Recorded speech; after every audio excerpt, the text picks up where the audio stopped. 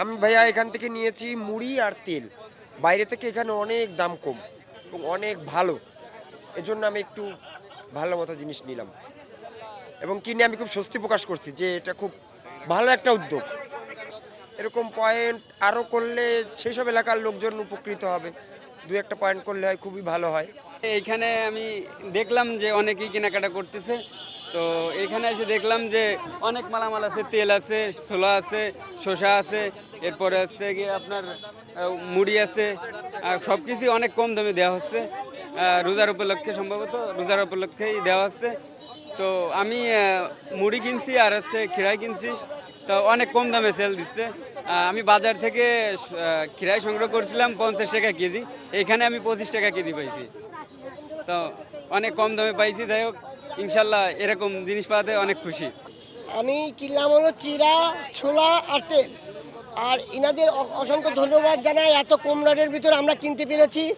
আর আমি চাই যে প্রত্যেকটা গ্রামে, প্রত্যেকটা ডিস্ট্রিক্টে এরকম ভাইদের মতো যেন এরকম দোকান থাকলে আমরা গরিব মানুষ একটু খেয়ে দিলে মোটামুটি ভালো থাকতে পারবো। আগেও একবার যখন বাজারে দ্রব্যমূল্যের দামের ঊর্ধ্বগতি ছিল 5ই আগস্টের পরে, স্বৈরাচার পতনের পরে, তখনও কিন্তু আমরা খুলনার টোটাল 17টা পয়েন্টে বিনা লাভের দোকান চালু করেছিলাম বৈষম্যবিরোধী ছাত্র আন্দোলনের উদ্যোগে।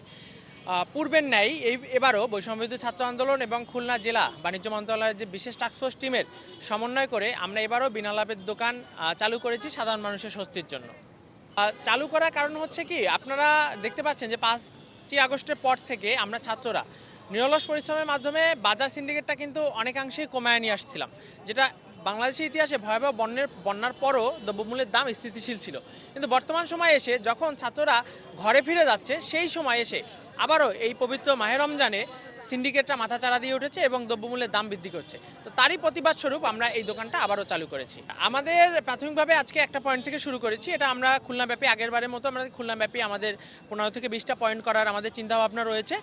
এখানে যেসব পণ্যের ঊর্ধ্বগতি বা যেগুলো নিয়ে আসলে সিন্ডিকেট হয়ে থাকে, যেমন সাধারণ মানুষের যে অভিযোগগুলো, সেগুলো হচ্ছে সয়াবিন তেল মার্কেটে পাচ্ছে না, বেগুনের দাম বেশি, লেবুর দাম বেশি, এই যে পণ্যগুলোর দাম বেশি, এইগুলো নিয়ে প্রাথমিকভাবে আমাদের কাজ।